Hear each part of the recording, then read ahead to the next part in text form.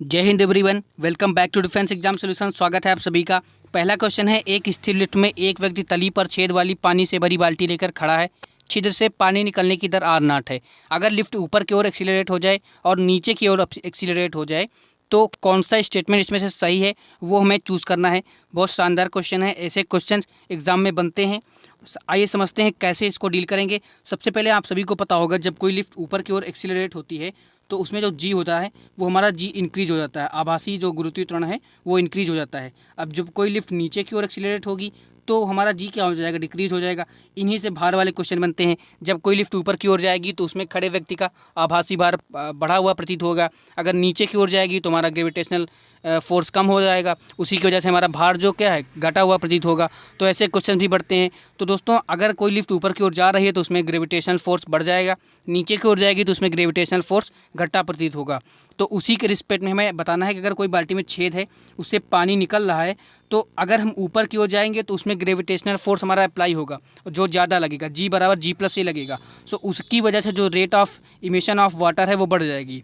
और जब कोई व्यक्ति नीचे की ओर जाएगा तो उसमें जो पानी निकलने की दर है बाल्टी में हुए छेद से वो घट जाएगी। तो इसमें से सही स्टेटमेंट हमारा कौन सा हो जाएगा, बी वाला। क्योंकि सबसे ज़्यादा जब पानी निकलेगा जब हमारा लिफ्ट ऊपर की ओर एक्सीलरेट होगी, उसके बाद जब निकलेगा जब हमारा लिफ्ट है स्थिर होगी। स्थिर व्यक्ति में, स्थिर लिफ्ट में उससे कम, और फिर उससे कम पानी निकलेगा हमारा जब लिफ्ट हमारी नीचे की ओर एक्सीलरेट होगी। तो दोस्तों, उम्मीद है क्वेश्चन आपको समझ में आ गया होगा।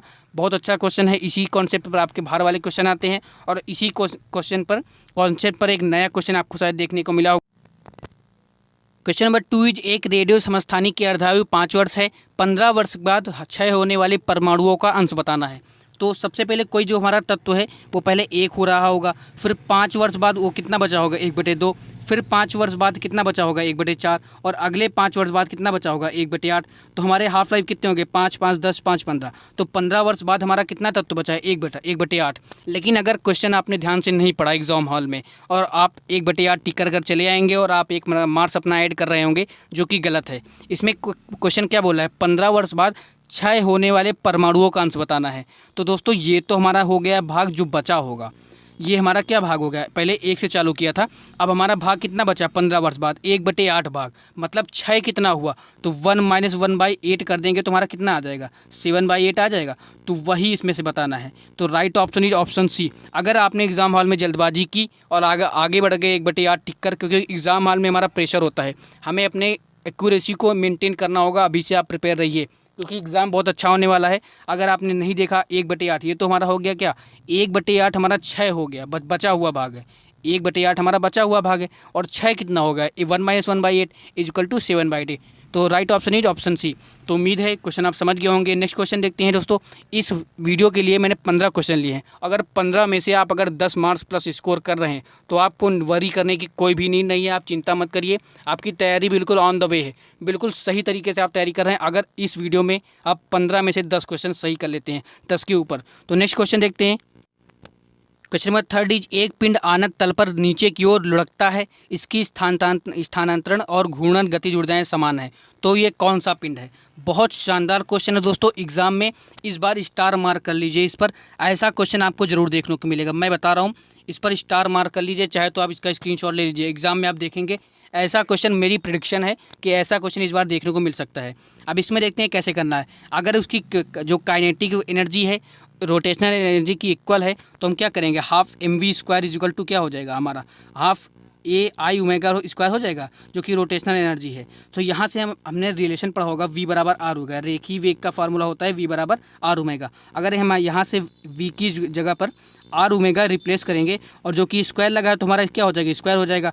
और इधर क्या है हमारा 1/2 i⍵²। अब देखिए यहाँ पर क्या क्या कट रहा है, 1/2 कट जाएगा, एम नहीं कटेगा, ओमेगा कट जाएगा। तो I = हमारा क्या आ गया, इधर देखिएगा, I = हमारा आ गया है mr²। अब आपको इतना अगर आपने सॉल्व कर लिया, लेकिन आपको ये नहीं पता कि I = mr² किसका जड़त्वा गुण होता है तो आपको प्रॉब्लम होगी। ये हमारा होता है खोखले बेलन का, मैं इसको इरेज कर रहा हूँ। खोखले बेलन का हमारा होता है I बराबर mr²। So right option is option D. So दोस्तों बहुत अच्छा क्वेश्चन है। इसी क्वेश्चन में आपसे वेरिएट क्या करेगा कि स्थानांतरण जो काइनेट रोटेशनल घूर्णन गतिज ऊर्जा है वो स्थानांतरण गति ऊर्जा की 40% है, 30% है, तो ऐसे करके रोटेट करेगा। 40% वाले में ठोस गोला आता है, मैं आपको बता रहा हूँ सेम कॉन्सेप्ट पर करना है, बस उसमें 40/100 का गुणा कर देना है। सो ऐसे क्वेश्चन आपके बनते हैं। नेक्स्ट क्वेश्चन देखते हैं। नेक्स्ट क्वेश्चन इज एक पृथ्वी की त्रिज्या को 1% सिकोड़ा जाए तो मास, अगर मास कांस्टेंट रखा जाए तो अब पृथ्वी का सतह पर जो ग्रेविटेशनल फोर्स है, गुरुत्वीय त्वरण है, तो वो कितना होगा, ग्रेविटेशनल एक्सीलरेशन कितना हो जाएगा। तो दोस्तों ऐसा क्वेश्चन एयरफोर्स के एग्जाम में आ चुका है और बहुत अच्छे क्वेश्चन है, ऐसे क्वेश्चन बहुत बनते हैं। दोस्तों मैं आपको इस चैनल पर जितना भी कंटेंट प्रोवाइड करता हूँ बिल्कुल क्वालिटी कंटेंट होता है। ये नहीं कि मैं किसी बुक से, लूसन की बुक से फ़ोटो खींचकर आपको बता दूँ ये पढ़ना ये वो नहीं पढ़ना, या फिर किसी परीक्षा ऐप से जो क्वेश्चन को कॉपी करके आपको बता दूँ। बिल्कुल अच्छा कंटेंट पढ़ाता हूँ जो भी एग्ज़ाम में आएगा, तो आप सभी के सपोर्ट की ज़रूरत है।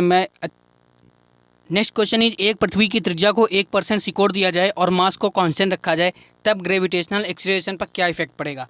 तो बहुत अच्छा क्वेश्चन है, ऐसा क्वेश्चन एग्जाम में आ भी चुका है। तो इसको करने का सिंपलेस्ट तरीका होता है, सबसे पहले आपको पता होगा G बराबर होता है GM/r², ये सबको पता होता है, RE² कर सकते हैं।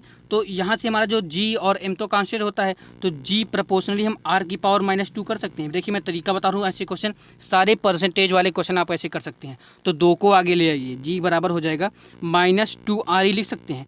अब इसका मतलब समझिए, अब 2 है, एक R में कितना परसेंट चेंज हुआ है, 1%, तो 2 × 1 करेंगे कितना आ जाएगा, 2 आ जाएगा, लेकिन माइनस का आ जाए। अब माइनस का मतलब क्या समझिए, यहाँ पर 2% वाले ऑप्शन होंगे, लेकिन माइनस का क्या है, हमारी जो त्रिज्या को कम किया जा रहा है, तो जाहिर सी बात है हमारा जो ग्रेविटेशनल कांस्टेंट है, एक्सीलरेशन है, वो बढ़ जाएगा, तो G 2% बढ़ जाएगा। Right option is option D. बहुत अच्छा क्वेश्चन है और मैंने इस तरह के क्वेश्चन जितने भी होते हैं बस पावर को आगे लाके चिन्ह के साथ, अगर निगेटिव चिन्ह आ रहा है तो मतलब उसके अपोजिट हो जाएगा। अगर देखिए यहाँ पर त्रिज्या 1% घट रही है तो जो हमारा ग्रेविटेशन एक्सीलरेशन है वो 1-2% बढ़ जाएगा।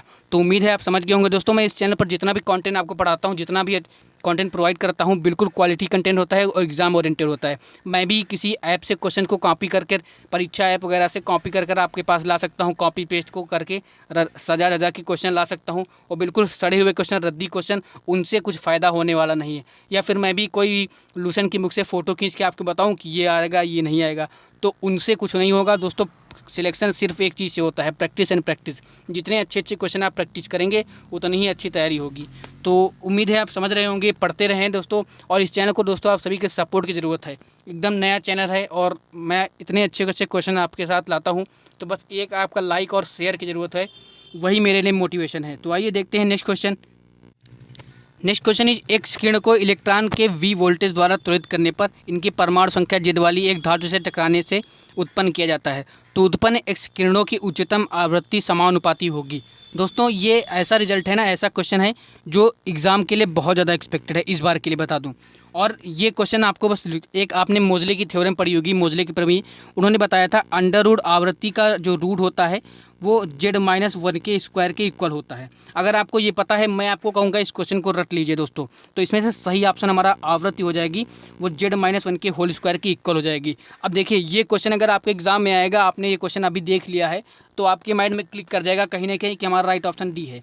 अगर आपने ये क्वेश्चन बहुत अच्छा है दोस्तों, इसको आप रट लीजिए, बिल्कुल दिमाग के माइंड में रखिए। और ये क्वेश्चन बस इतना ही आएगा, अगर आएगा तो सेम टू सेम विद एकदम ऑप्शन सहित बिल्कुल डिट्टो क्वेश्चन आएगा, तो इसको बिल्कुल रट लीजिए। Z-1 का होल स्क्वायर होता है, कई बार आवृत्ति के बारे में पूछ सकता है, तो ये रिलेशन पूरा होता है।